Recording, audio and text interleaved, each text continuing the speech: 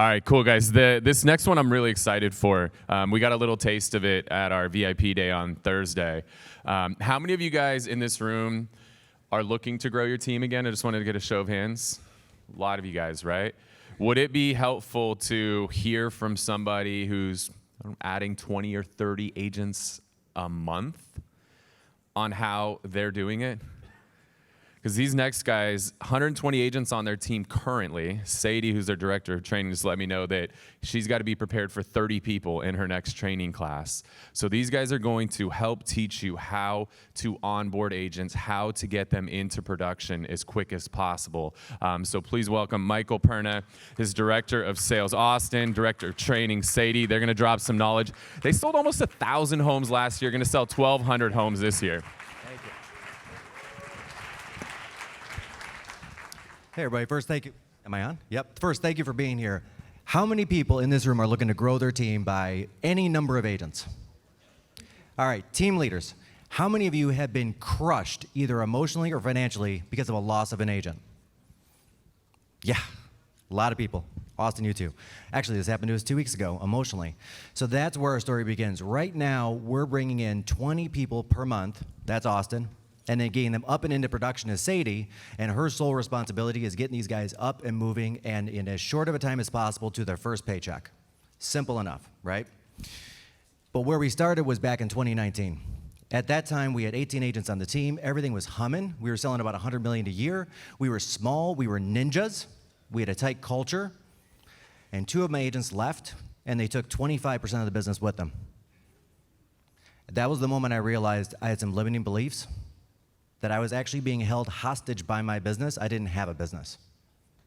And I also knew at that moment that I wasn't doing my diligence, I wasn't doing my job for my people who had counted on me to make the right decisions to keep the income coming in, to keep the systems, the training, and the people up and running for them and their families. So we had to make a shift. First thing we did in late 2019, early 2020 was we hired a new coach specifically to change my mindset because these guys were good. These guys were like, yes, take the chains off us, let us do what we need to do. Right? So we hired John Chiplack. He broke me of all my misconceptions about what hiring looks like, taught me that to have a Navy SEALs, you've got to have a Navy, and that's where Austin came in and started recruiting at a high level. Tell us what that looked like, and then tell us what it looked like to get those agents in the training back in 2020 when you were recruiting 2 or 3 a month, because I think that's where a lot of people are. Yeah, thanks, Mike. I would say probably the first thing that we needed to wrap our head around, guys, was like going into this massive growth. It's like, holy shit, that's a lot of people, right? And the reality is that if we don't, look, it's our responsibility as leaders, you're going to hear this theme a lot, it's our responsibility as leaders to continue to create opportunities for awesome people in our lives.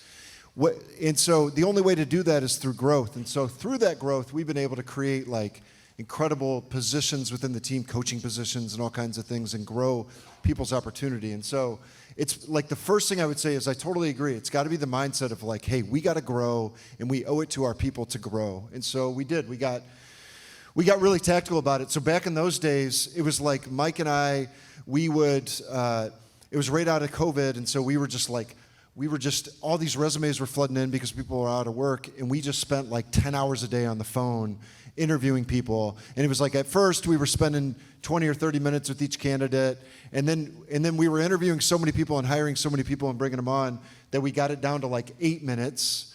And even then we were too strapped for time. And so we were forced, and we moved all of our recruiting into group recruiting. And so this is how we do it tactically.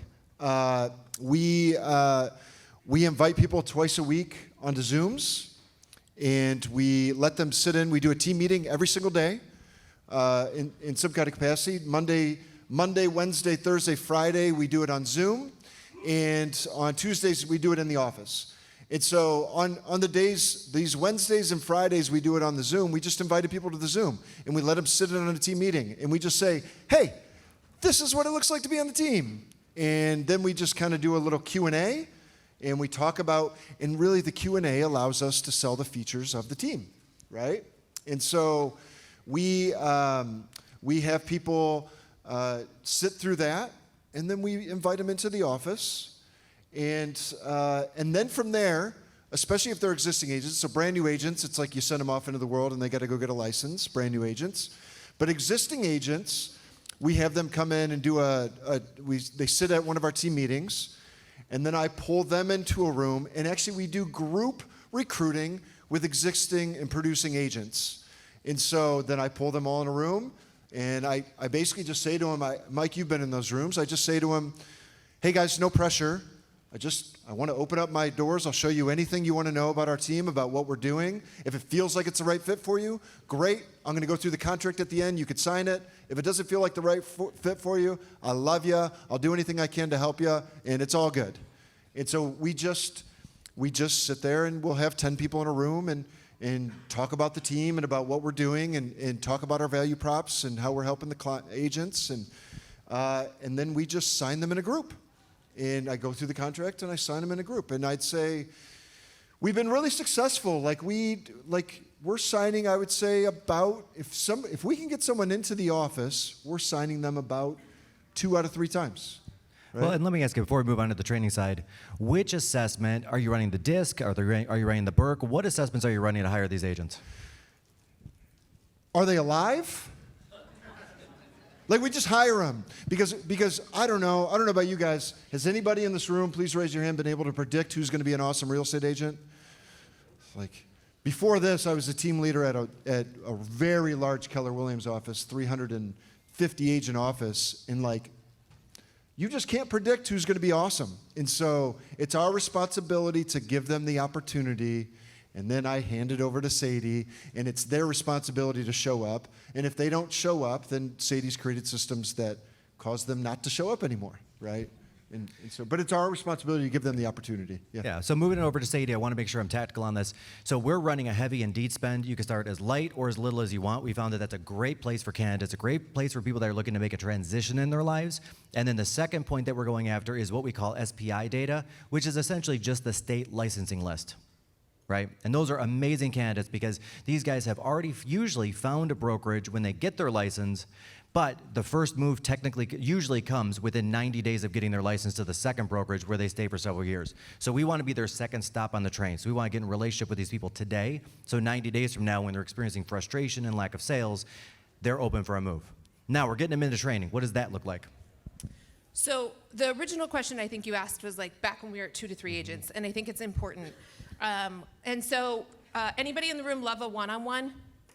Am I the only one? Come on. I see you. I know that you out there love them, right? I love a one-on-one. I think a one-on-one is awesome. So our training back in 2019 was them sitting with me in my office all the time. And while that's effective in some ways, it's really not in other ways. So one of the key changes that we've made over the last couple of years that I think is really, really key is getting away from one-on-one and getting them into small groups. So some of you that were there at the VIP thing, we talked about this a little bit, but we hired Chet Black. When did we hire John? January 2020? Yeah, something like that. And if anybody's met John, if you haven't, you'll meet him in a minute. And if you've met John, if he tells you to do something, you go do it. Because he's a little bit scary. So anyways, John said, Sadie, get out of the one-on-ones. You need to do group. And I was like, okay. I didn't really believe him, but I went and did it anyways. And there's power in small groups. So now we're at a point where we bring on 10. What I found the sweet spot is a maximum of a group of 10. Now, if you can do a group of 3 or 4, awesome. I find that 1 and 2 is problematic. Bringing one agent on at a time, I just can't leverage my time, and I can't give them any support. 1 or 2 they feel like they're on an island. Anybody ever felt that way, right? And most of them are coming from an independent broker, or not an independent, but a brokerage where they're an independent agent, and they're coming to us because they don't want to be on an island anymore, right? So if they're sitting with me one-on-one, they're really, really on an island. If there's 2, then it gets tough because they can be hey, we're not going to do this together, right? In solidarity. But if there's 3 or 4 or 5, if you can bring people on in groups, if you're just starting, I would do once a month, and I would have at least 3 of them. Because there's something that happens where they go, I'm not alone. I'm not doing this all on my own anymore, right? And if I'm having a shit day, it's one thing to come to Mike or me or Austin or any of you guys and say ugh, today's really hard, but that's kind of scary. It's a whole nother thing to go to a colleague who started at the same time as you, who's 4 weeks into the team, and be this is hard, right? And for them to be able to help each other and encourage each other and work them through it.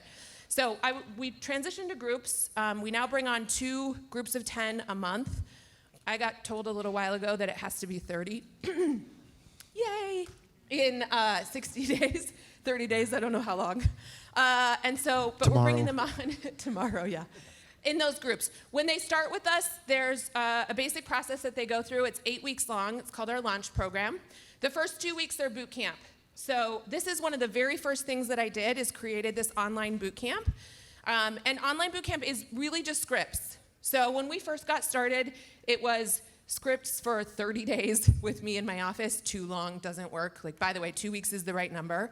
And they're not getting our leads, by the way. They're like coming in and like, are you willing to do the work? Script learning is hard. It's not glamorous. It's not fun, right? And so if you're willing to come in and sit down and learn the scripts, and I have them go through a process where they write it, then they chant it out loud, then they go listen to that chanted recording, and they're uploading everything into our boot camp. I use Kajabi mostly because it works for us and all of our stuff is there, so I'm not switching it. People use Trainual. I'm forgetting the others. Leslie? There were a few mentioned yesterday. Trainual's good, Kajabi's good, but put it all in there and build out sort of a program. So 2 weeks of script learning, and then there's 6 weeks of launch. So starting at the beginning of week 3, we hand them 100 leads. Now, there's no secret around this. Like the 100 leads they get are pond leads. They're internet leads. They're not anything special. Like, in fact, they have access to our pond. Now, we have a huge pond, thanks, Mike, that has like 110,000 leads in it. But I'm just giving them 100 of those, right? It's like nothing special. I'm actually giving them leads that are 12 to 18 months old because they're internet leads. What's the maturation? 12 to 18 months, right? And they have to do a rhythm where they're calling them and texting them every single day, all 100 for 5 days.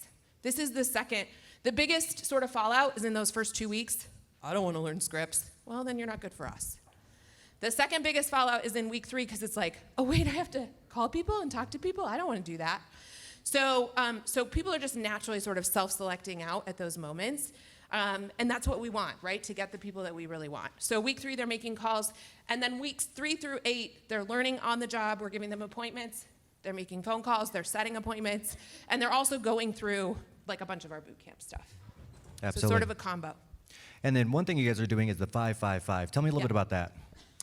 So if you have an ISA team, you can do this. We have a great, like a wonderful ISA team.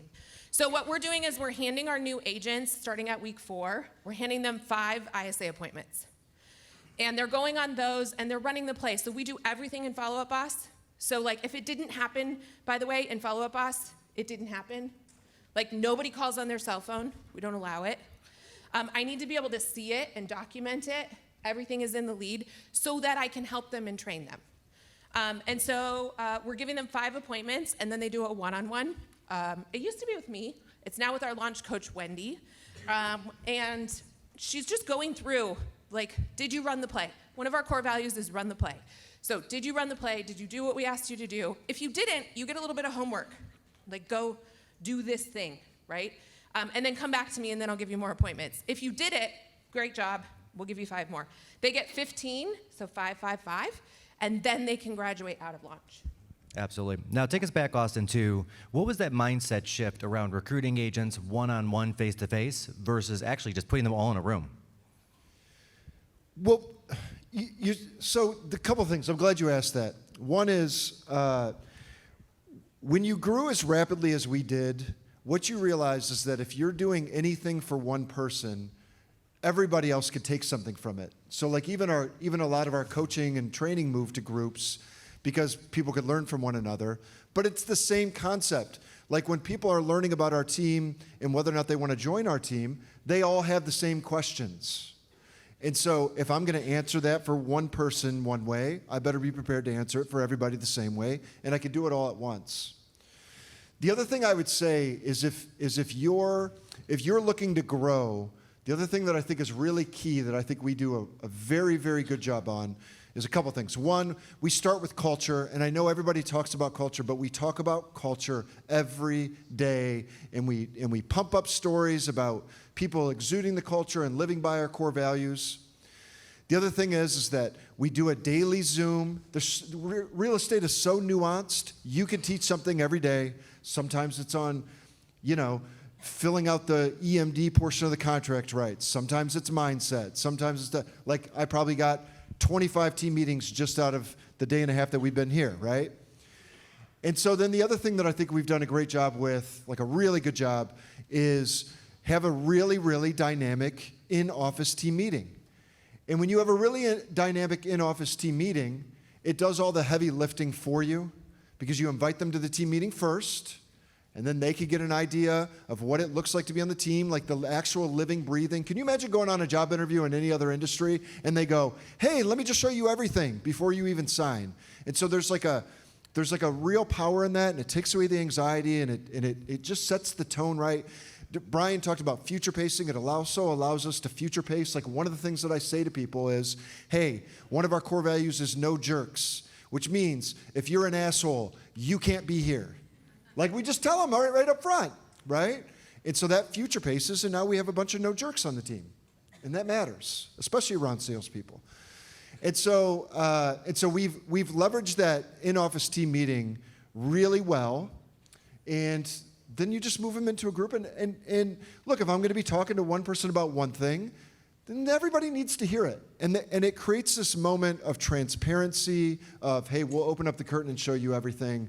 And it's been really powerful for us. So. Yeah. And Austin, you just mentioned too, there's one thing in there. So we do a daily huddle every day, like 9 to 9:20, maybe 9:30 if Austin can't stop telling stories. Story time with Austin. I do like to talk. But if you guys are just starting and you're wanting to build out an onboarding training program like we have for your new agents, start recording everything. Like everything we do is recorded.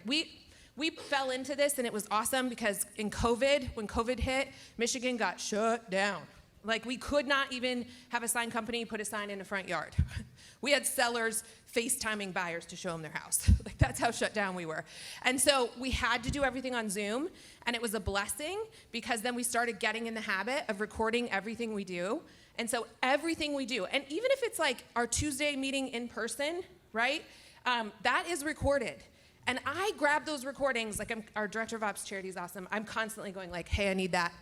Hey, can you get that to me? And I'm just taking pieces of those recordings and I'm building out our training with it. Like the other day, you did one on, what was it, land contract or something, right? And I was like, oh, my land contract video is like 2 years old. I mean, this is way better. And I just stuck it in there. And so it becomes this big database and library for the like got-a-minute questions, right? Anytime you get a question, by the way, more than 3 times, 1 or 2 is like just somebody who doesn't know what they're doing. That's okay.